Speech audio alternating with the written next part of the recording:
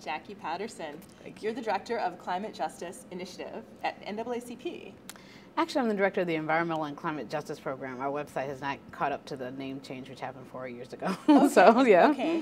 And you were talking about such a range of things in the conference, some things I hadn't ever heard about in terms of some of the climate and ecological justice issues and health issues.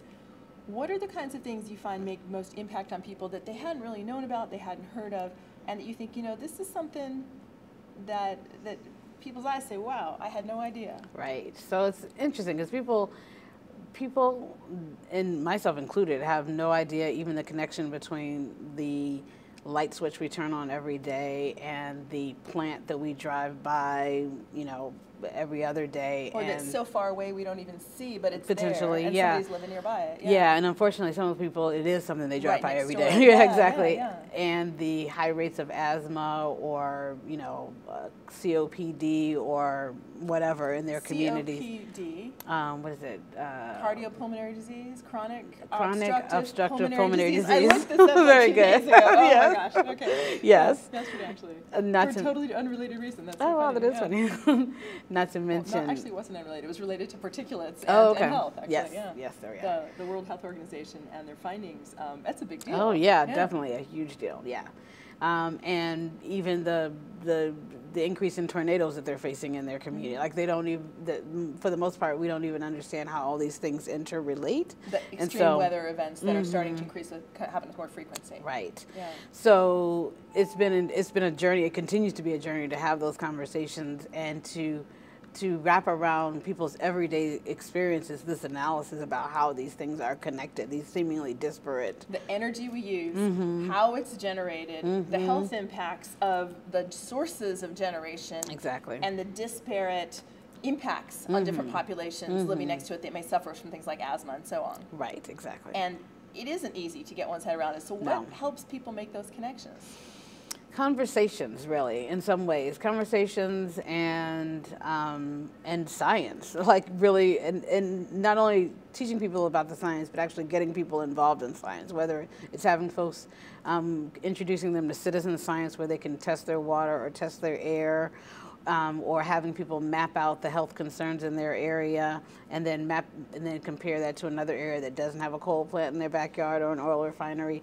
So really getting folks involved in it and then having these conversations about how it all connects. That's really how we end up being most effective in getting folks to understand. And they talk with each other while they're gathering the data and they say, here's what I found, what did you find? Yes. And hey, this isn't matching that other thing. Exactly. And they start comparing it. And are these people who are interested in science to begin with?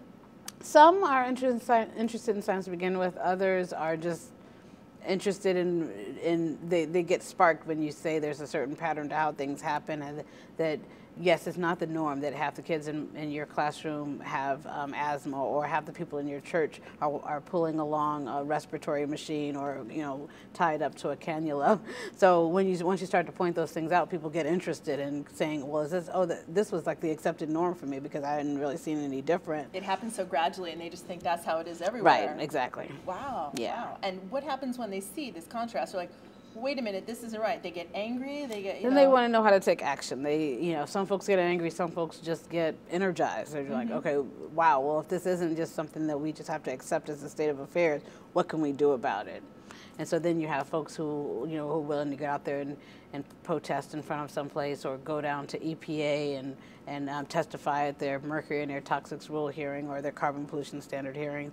So people are happy to take whatever action they have the capacity to take. And if somebody goes and speaks at a hearing like that, if they've just done one of these kind of projects, what would they say about it if it's not something they've experienced? Is it usually something people have experienced personally when they are called to talk about it? Testify like that? Or often. Either it's something someone's experienced personally, like they might go and talk about their child with asthma or their grandparent with COPD, or we've had teachers go in and talk about how many kids they have who have attention problems in school, and now after our conversations they've been able to link it to the lead that comes out of these coal plants or the lead that comes out of wherever. So once we have these educational conversations, and whether you're a teacher or you're a nurse who's seeing all these people come in, all these asthma hospitalizations coming into your ER, or whether you're a person who actually has asthma yourself or has a relative with asthma, then folks are coming in from their different standpoints, depending on how they've affected with this issue. And then what happens? Because you get awareness, you get a pile of problems. That's daunting. It's very daunting. And NAACP has, I think of it as an organization that stands up for people in legal cases in terms of civil rights. How does it intersect with this issue, and what kinds of things have been found to be effective? I think for giving people voice around this? Yeah, so under the Clean Air Act of 1970, I was about to say 1940, but it had its 40-year anniversary. There are a number of rules under it. So this kind of the Clean Air Act has this broad set of standards, but there's rules under it that help us to make specific standards around different polluting sources. And so with our focus on coal-fired power plants, given that 68% of African Americans live within 30 miles of a coal-fired power plant. 68%, so way more than half, live within 30 miles from a coal-fired power plant. And how are there a lot of coal-fired power plants in a city, or is it like here's the end of the city where the power plants are, and that's where more than half African Americans live, closer to that than non-African Americans? It depends. Okay. There's typically not more than one coal-fired power plant in a city. Chicago had the distinction of having 3 coal-fired power plants within its metropolitan area. Now they're down to 1 because 2 of them closed down last year, so that much to the celebration of the people who are being polluted by it on a daily basis.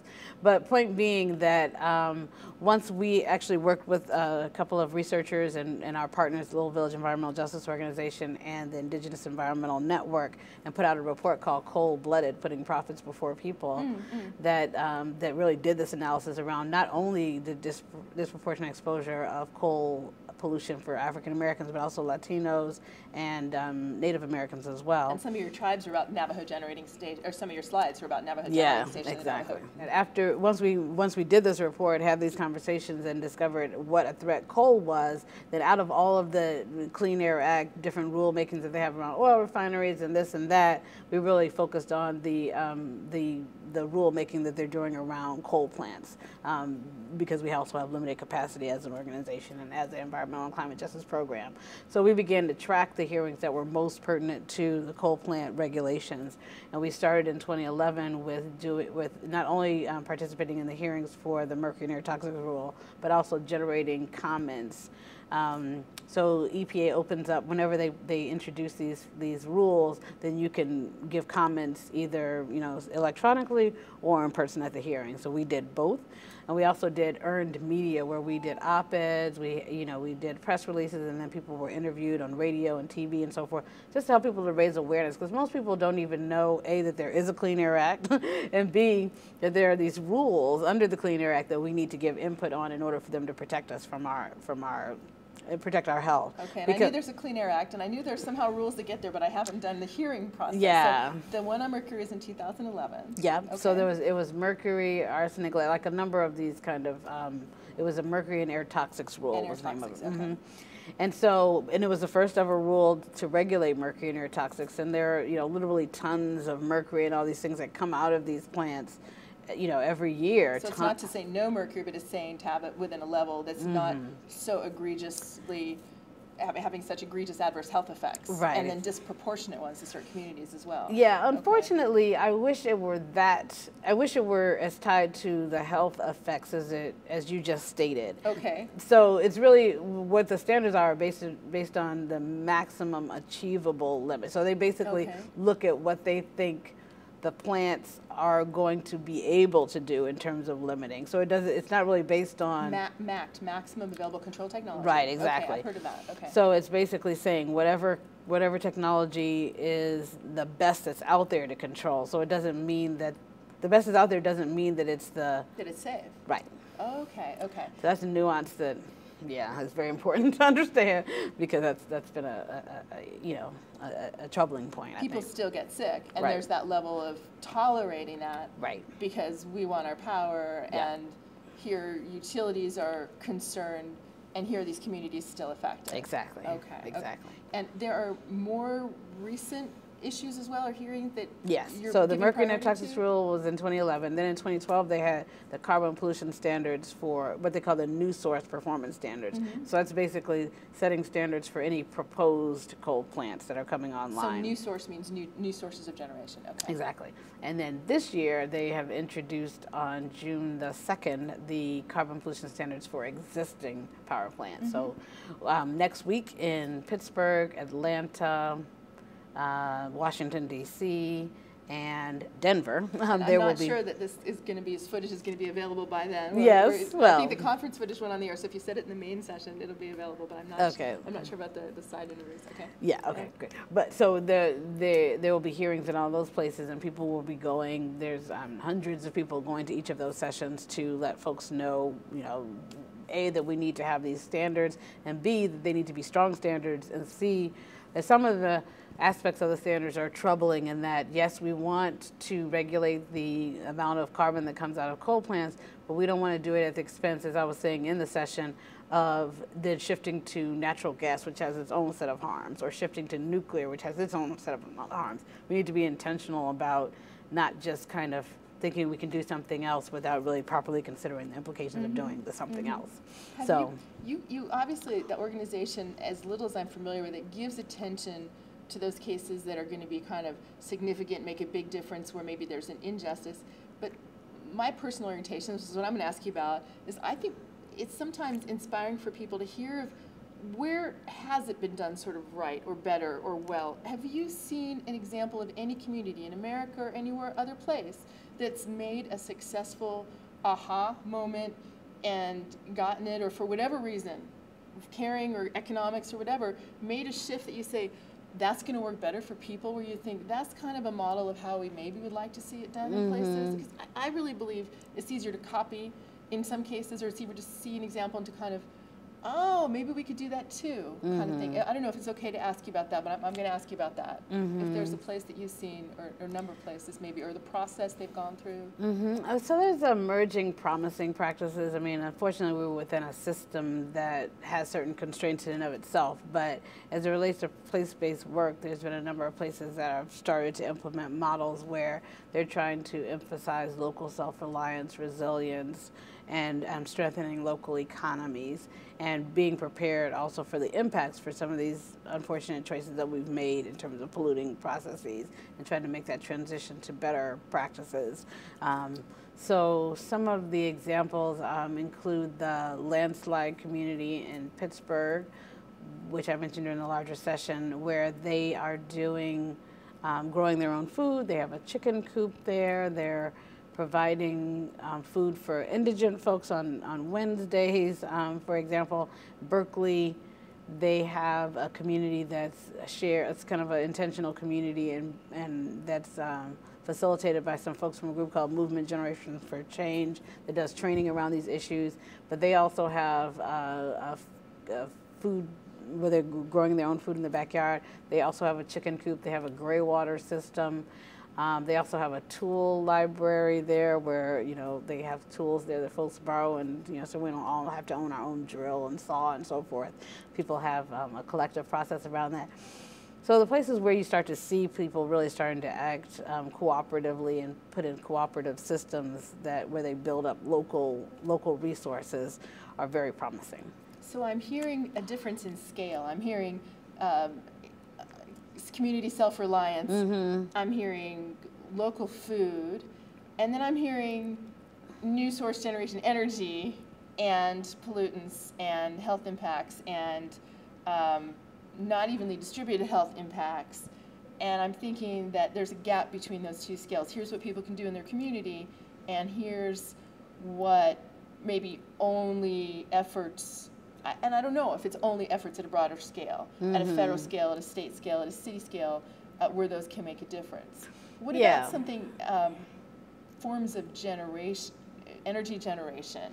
Yeah, well, energy-specific issues, and some of it is kind of all interrelated, because how we generate energy and how we use energy also is very dependent on, because right now so much of our energy is used in getting things from one place to another, and if we have more local local economy and local production, then that would reduce the need for so much movement. Fewer food miles and less diesel trucks on the road and so on. Exactly. And labeling foods where they come from, I think I've started to really look if something's locally grown, or here's the country it comes from, and is it in season. Exactly. Okay. So that's one thing. One of the connections, and people get that connection. Right. Okay. They're starting to. And in terms of energy, one of the good, exciting models is the closing of the, I believe it's the Navajo generating station in New Mexico.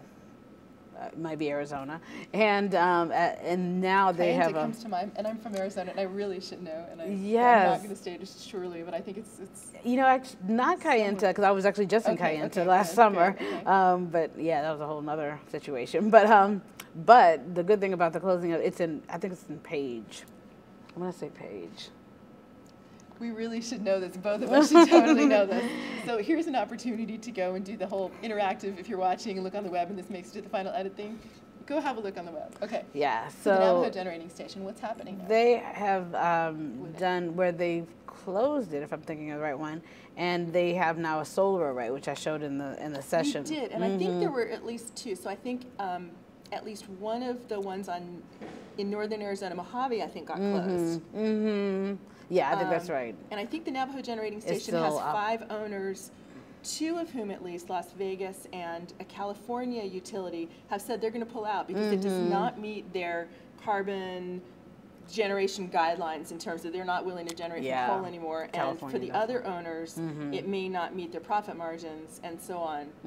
I think it's still operating. Last time I checked might be. When I left Arizona, but I think it has an uncertain future. And tell me about the solar array, because that's something that I've heard people on Navajo lands have wanted for a long time. There's some organizations, you know, getting that going, some communities. So I know that the local organizations, the communities have chapters interested in getting that going. Where was that array? I was interested. Well, I don't know if you want to say, but if I can remember. Anyway, so it was beautiful to see this whole array up there. Hopefully, people are getting local power. Yes, definitely. And I know the Black Mesa transition. Right, that's a transition and a very positive one. The Black Mesa Water Coalition would be a great source to go and learn more about that project. Is that Hopi?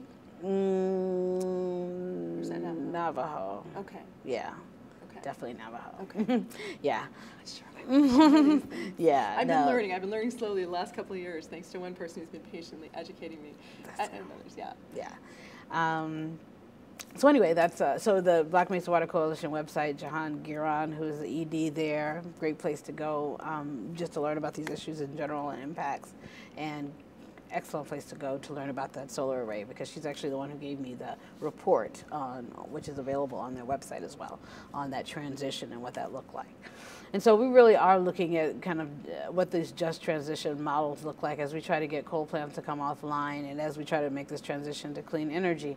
How is it happening? Is it, you know, combining that kind of utility scale solar array with rooftop generation to community-owned solar, where it's not as big as that particular array and not as small as a rooftop array, but it might be a fairly significant array on maybe a half acre of land that then supplies several homes and maybe small businesses. So something in between where it has multiple benefits, like this has a big significant justice component, and it has an economic benefit component, it has a jobs component. Exactly. And other kinds of things I've seen is like using shading, you know, and that provides, you know, kind of reduces the heat island effect while there's solar generation, keeps people cooler.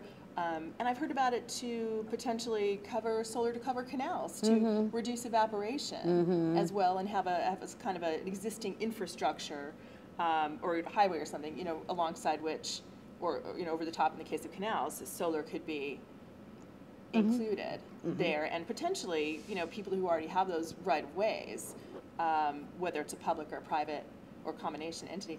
What kinds of entities have been making these transitions? Is it tribal or community governments? Is it nonprofits? Is it for-profits? Is it the utilities? Is it? It's all of those, as well as churches and individuals. Yeah. Okay. So you have a number of churches now who are, whether it's through working with groups like Interfaith Power and Light, or working with other nonprofit organizations like Grid Alternatives or the Community Power Network, or even Meister's Consulting Group. There's a number of different entities that have been great at working with folks to take advantage of opportunities like through the Sunshot Department of Energy financing opportunities, or the solar market pathways opportunity that came out a couple of weeks ago.